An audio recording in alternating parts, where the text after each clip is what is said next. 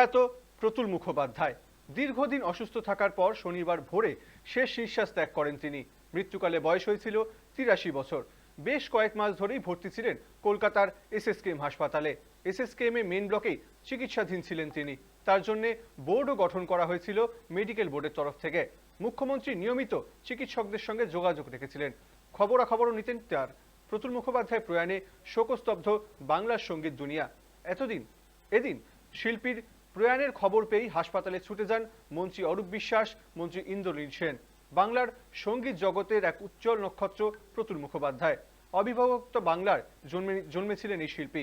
পরবর্তীকালে ভাগ হওয়ার সময় এপার বাংলায় চলে আসেন। তার কণ্ঠে আমি বাংলায় গান গাই আজও শ্রোতাদের মুখে মুখে ঘোরে। এছাড়াও ডিঙা ভাষা ও সাগরে অত্যন্ত পছন্দ সকল সঙ্গীত প্রেমী মানুষের। গান গাওয়া, লেখা সবেতেই নিজের প্রতিভার জাত চিনিয়েছেন এই শিল্পী। অন্ত্রে অস্ত্রোপচারের পর হৃদরোগে আক্রান্ত হয়েছিলেন প্রবীণ শিল্পী। সোমবার রাতে তার শারীরিক অবস্থার দ্রুত অবনতি হওয়ায় তাকে আইটিইউতে স্থানান্তরিত করা হয়েছিল। অবশেষে শনিবার সকালে শেষ নিঃশ্বাস ত্যাগ করলেন তিনি।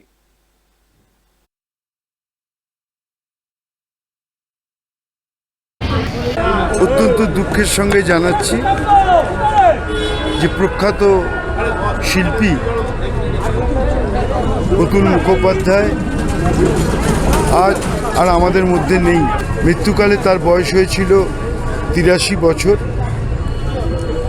উনি অসুস্থ হওয়ার পর থেকে প্রতিনিয়তই মাননীয় মুখ্যমন্ত্রী খবর রাখতেন, তার সঙ্গে যোগাযোগ রাখতেন। তাকে ভর্তি করা থেকে প্রতিদিন প্রতিনিয়ত তিনি তার চিকিৎসার খোঁজখবর রেখেছেন। আমরা এখান থেকে ওনাকে নিয়ে যাব রবীন্দ্র সদনে। রবীন্দ্র সদনে 2টো থেকে 4টে পর্যন্ত সেখানে তাকে শ্রদ্ধা জানাবার সকলকে আসার জন্য আবেদন করব এবং তারপরেই ওখান থেকে আমরা আবার ওনাকে এসএসকেএমে নিয়ে আসব। তার কারণ ওনার দেহ এসএসকেএমে দান করা রয়েছে, ফলে সেই প্রোগ্রামটাই আমাদের রয়েছে। প্রাইমারিলি উনি ম্যালিগন্যান্সি ক্যান্সারের রেকটামের ভুগছিলেন, তারপরে অপারেশন হয়, তারপরে লাংসের এবং অন্যান্য অর্গানেরও নানান রকম এফেক্ট দেখা যায়। তার জন্য সিসিউতে এতদিন ছিলেন।